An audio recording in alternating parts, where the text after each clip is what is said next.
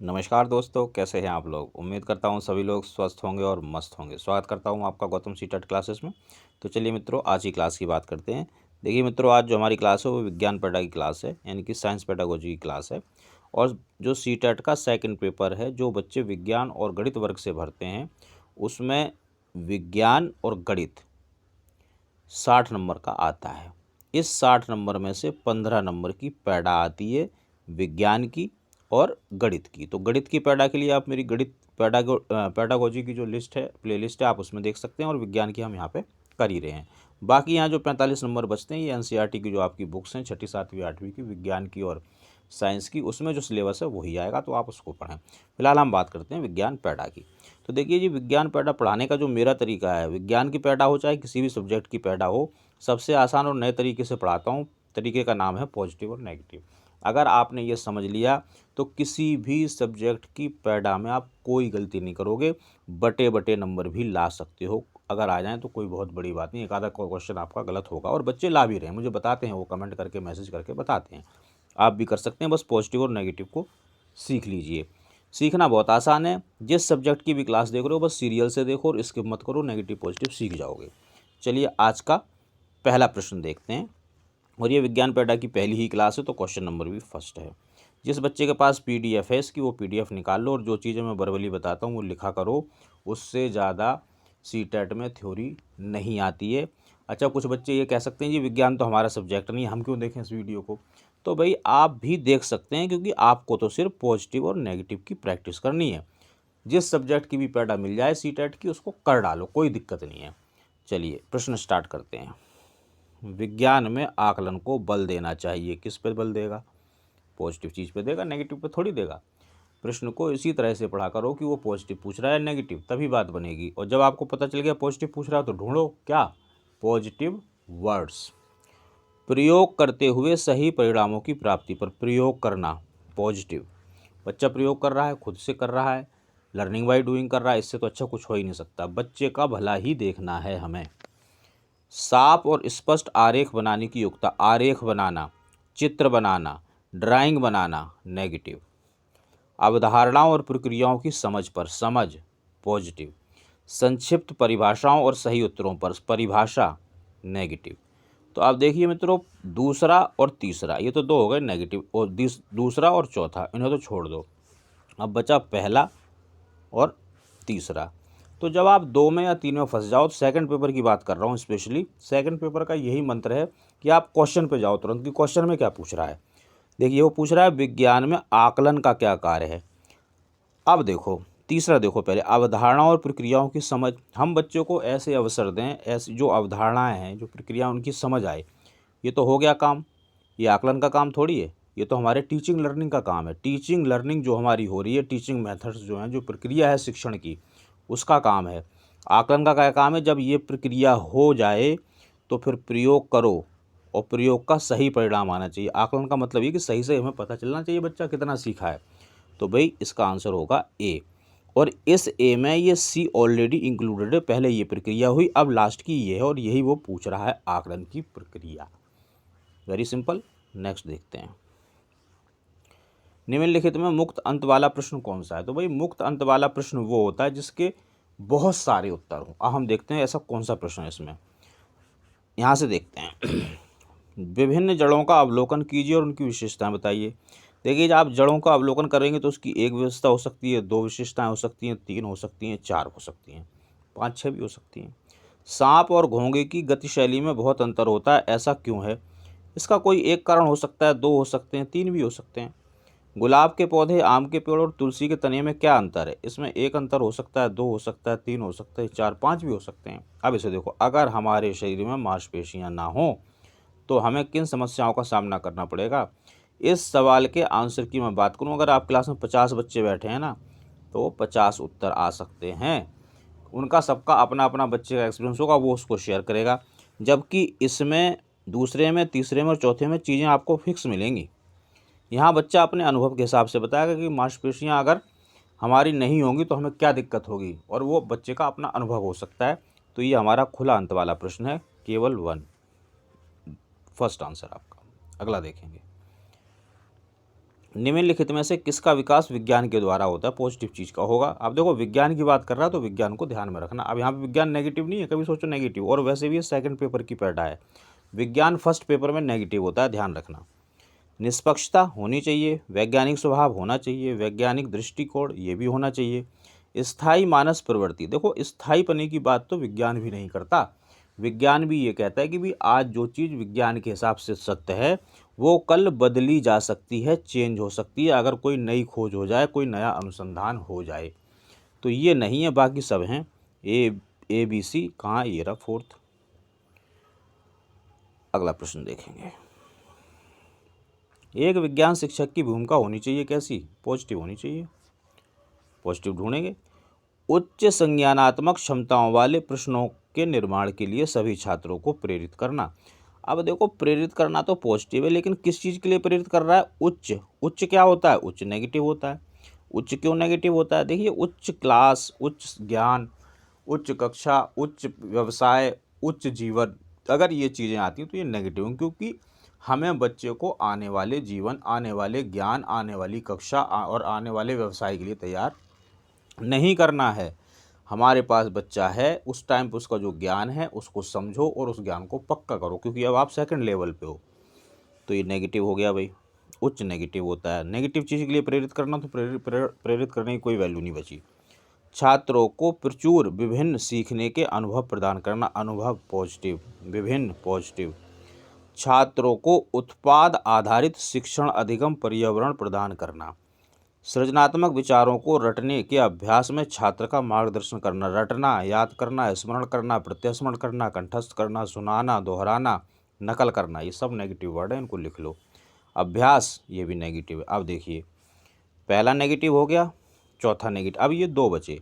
और देखो जो सेकंड पेपर है उसमें ज़्यादातर ऐसा होगा कि आप दो में फंसोगे। मंत्र वही है कि आप ब्रॉड चीज़ देखें, और ब्रॉड चीज़ से भी समझ में ना आए तो आप प्रश्न पढ़ें। अब देखो छात्रों को प्रचुर विभिन्न सीखने के अनुभव प्रदान कर, यानी कि बच्चा सीख रहा है, अनुभव दे रहे हैं। अब छात्रों को उत्पाद आधारित शिक्षण अधिगम पर्यावरण प्रदान करना। देखिए ये सेकंड पेपर है जिसमें बच्चा हो गया है थोड़ा बड़ा। तो अब क्या है कि अब बच्चों ने जो सीखा है वो उत्पाद आधारित होना चाहिए, यानी कि प्रोडक्टिव होना, ऐसा शिक्षण अधिगम होना चाहिए कि बच्चा कुछ सीख ले, कुछ चीज़ों को वो अच्छे से जान जाए, अपने अनुभव को बिल्कुल पक्का कर ले। तो ये आंसर होगा थर्ड। हालांकि देखने में लग रहा है कि सेकंड आंसर होगा, लेकिन नहीं, आंसर होगा थर्ड, क्योंकि यहाँ आपका बच्चा है थोड़ा सा बड़ा। तो उत्पाद आधारित शिक्षण अधिगम, यानी कि बच्चा कुछ प्रोडक्टिव कर सके, ऐसा शिक्षण लर्निंग टीचिंग होनी चाहिए। अगला प्रश्न देखेंगे। पाठचर्या 2005 के अनुसार एक अच्छी विज्ञान शिक्षा सीखने वाले के प्रति सच्ची होनी चाहिए, सीखने वाले के पर्यावरण के प्रति सच्ची होनी चाहिए, शिक्षक के प्रति सच्ची होनी चाहिए, या विज्ञान के प्रति सच्ची होनी चाहिए। तो भाई जिसके अनुसार पूछा है उसके अनुसार ये आंसर देना पड़ेगा। इसका आंसर है ए, केवल डी। विज्ञान की जो पाठचर्या है वो विज्ञान के प्रति सच्ची होनी चाहिए, यानी कि विज्ञान की जो अवधारणाएं हैं, विज्ञान के जो तथ्य हैं, विज्ञान के जो भी मैटर हैं वो उनको बताने वाली होनी चाहिए, इधर उधर की फालतू की बात करने वाली नहीं होनी चाहिए। विज्ञान की पाठचर्या है तो वो विज्ञान की पाठचर्या नज़र आनी चाहिए, ये कहता है एनसीएफ 2005। अगला प्रश्न देखेंगे। बच्चे के अपने क्षेत्र के लोगों में वायु प्रदूषण के स्रोतों की जागरूकता का सर्वे का संचालन करना, यानी बच्चा जो है उसके जो क्षेत्र में लोगों के वायु प्रदूषण के जो स्रोत हैं उसके बारे में वो कोई सर्वे कर रहा है। निम्नलिखित में से कौन सी संज्ञानात्मक प्रक्रिया उपरोक्त सीखने के उद्देश्य में रेखांकित क्रिया परक संचालन करना में सबसे अधिक संबंधित होगी? प्रयोग देखो पॉजिटिव है, याद करना तो नेगेटिव हो गया, सृजन करना ये भी पॉजिटिव, ये भी पॉजिटिव, ये भी पॉजिटिव। अब सबसे ज़्यादा पॉजिटिव क्या? देखो यहाँ सृजनात्मक तो कुछ हो नहीं रहा, पहली बात। अनुप्रयोग या बोध, तो देखो वो बच्चा जब प्रदूषण के स्रोतों की सर्वे करेगा तो इससे क्या होगा, उसको बोध होगा, वो कोई प्रयोग नहीं कर रहा है। ये थोड़ा सा कंफ्यूज करने वाला है, बहुत से बच्चे उसको अनुप्रयोग कर देंगे। बच्चा कोई प्रयोग नहीं कर रहा है, बच्चा सर्वे कर रहा है, और सर्वे से उसको क्या होगा, बोध होगा, जानकारी होगा। हालांकि ये भी पॉजिटिव है, ये भी पॉजिटिव और ये भी पॉजिटिव है, तीनों पॉजिटिव हैं। पॉजिटिव भी पूछ रहा है, सृजन कुछ कर नहीं रहा नई चीज़, प्रयोग भी नहीं कर रहा है, क्या कर रहा है, सर्वे कर रहा है। सर्वे करना प्रयोग करना नहीं है, वो तो सर्वे कर रहा है, जो वहाँ पे आंकड़े उनको इकट्ठा कर रहा है, किस लिए कर रहा है? बोध, जानकारी प्राप्त करने के लिए। निम्नलिखित में से कौन सी युक्ति विज्ञान शिक्षण अधिगम में सीखने वाले को शामिल करने के लिए सबसे अधिक उपयुक्त होगी? वही होगी भाई जो पॉजिटिव होगी।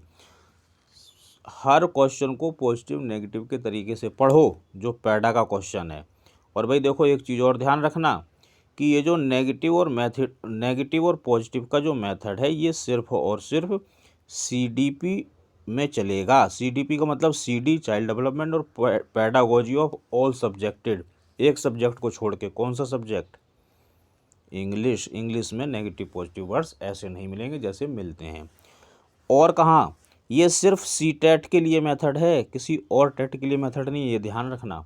अगर आपने और टेट में यूज कर दिया तो आप फंस जाओगे। सिर्फ सी टेट के लिए है, और सी टेट में भी सिर्फ जो सीडीपी का पोर्शन है, बस ये ध्यान रखना है आपको। चलिए, तो क्या कह रहा है? शामिल करने के सबसे उपयुक्त पूछ रहा है, तो पॉजिटिव चीज़, पॉजिटिव ढूंढते हैं। छात्रों को समूह आकलन के लिए प्रोत्साहित करना पॉजिटिव। और समूह भी लगभग, समूह में क्या होता है? समूह में विस्तृत वर्क होता है, विस्तृत काम होता है, ज़्यादा सहयोग वाला काम होता है, तो ये लगभग पॉजिटिव ही होता है। विज्ञान की पुस्तक को पढ़ना, पुस्तक या पाठ्यपुस्तक, नेगेटिव। छात्रों के कठिन बिंदुओं को स्पष्ट करना, इसमें कुछ नेगेटिव नहीं है, कुछ पॉजिटिव नहीं है, होल्ड पर रखो इसको। सबसे पहले छात्र को सीखने में जोड़ने पर कार्य करना, इसमें भी ना तो कुछ नेगेटिव वर्ड है ना पॉजिटिव है। देखिए, हालांकि ये दोनों भी पॉजिटिव सेंस है इनका, लेकिन इनमें पॉजिटिव वर्ड्स कोई नहीं है। और पहले में हमें हमारा प्रॉपर पॉजिटिव वर्ड मिल गया, प्रोत्साहित करना, वो भी समूह कार्य के लिए। समूह कार्य भी पॉजिटिव होता है, तो हम इसके साथ जाएंगे, बिल्कुल भी कन्फ्यूज नहीं होंगे। अगर पॉजिटिव वर्ड मिल रहा है तो उसी को आंसर कर देना, कन्फ्यूज मत होना, 1 नंबर मिलेगा। अगला प्रश्न देखेंगे। निम्नलिखित में से कौन सा मुक्त अंत वाला, अभी मैंने बताया था जिसके बहुत सारे आंसर हों। व्याख्या कीजिए कि हम सदैव चंद्रमा का एक ही पक्ष क्यों देखते हैं। व्याख्या करना लगभग नेगेटिव होता है, और ही व्याख्या करना नेगेटिव ही है, ही भी नेगेटिव है। सदैव भी नेगेटिव है।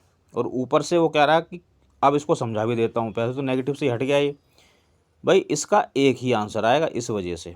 चंद्रमा अपनी आकृति प्रतिदिन क्यों बदलता है, इसका भी एक आंसर आएगा। मान लीजिए यदि चंद्रमा अपना स्वयं का प्रकाश उत्सर्जित करता तो क्या तब भी इसकी कलाएं होती? अब इसके पता नहीं क्या, जब मान लीजिए वाली बात आ गई ना, तो फिर इसके बहुत सारे आंसर आएंगे, पता नहीं क्या क्या आंसर आ जाएं। हमने तो मान लिया जी, ऐसा है तो ऐसा होगा, ऐसा है तो ऐसा होगा।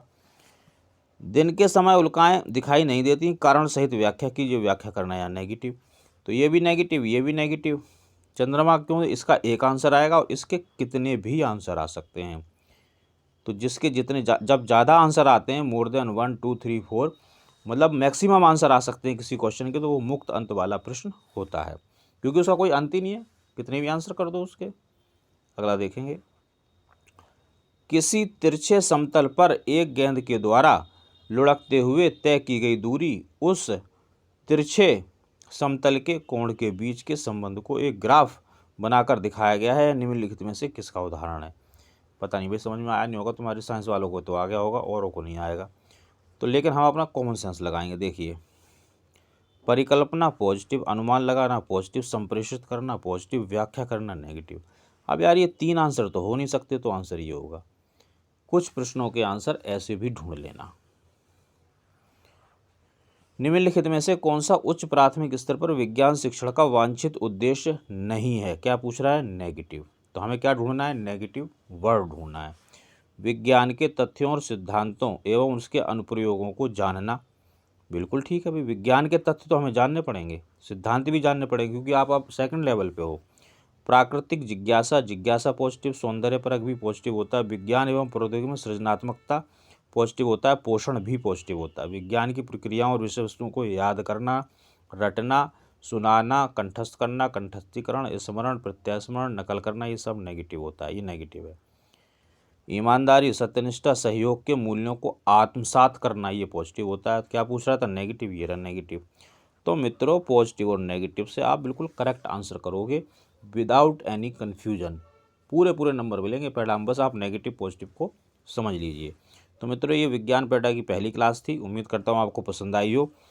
जैसी लगे आपको अच्छी बुरी मुझे कमेंट करके ज़रूर बताएं और इस चैनल को सब्सक्राइब जरूर करें। ये आपके बहुत काम आने वाला है सीटेट में, क्योंकि यहाँ सिर्फ सीटेट ही पढ़ाया जाता है। और फिर भी आपको कोई परेशानी है, दिक्कत है, नोट्स, पीडीएफ, गाइडेंस कुछ भी चाहिए, इस नंबर पे आप मुझे मैसेज करो, मैं आपको ज़रूर जवाब दूंगा, बट सिर्फ और सिर्फ सीटेट। तो मित्रों, मिलेंगे अगली क्लास में। तब तक आप सभी लोग मेहनत करते रहिए, स्वस्थ रहिए और मस्त रहिए।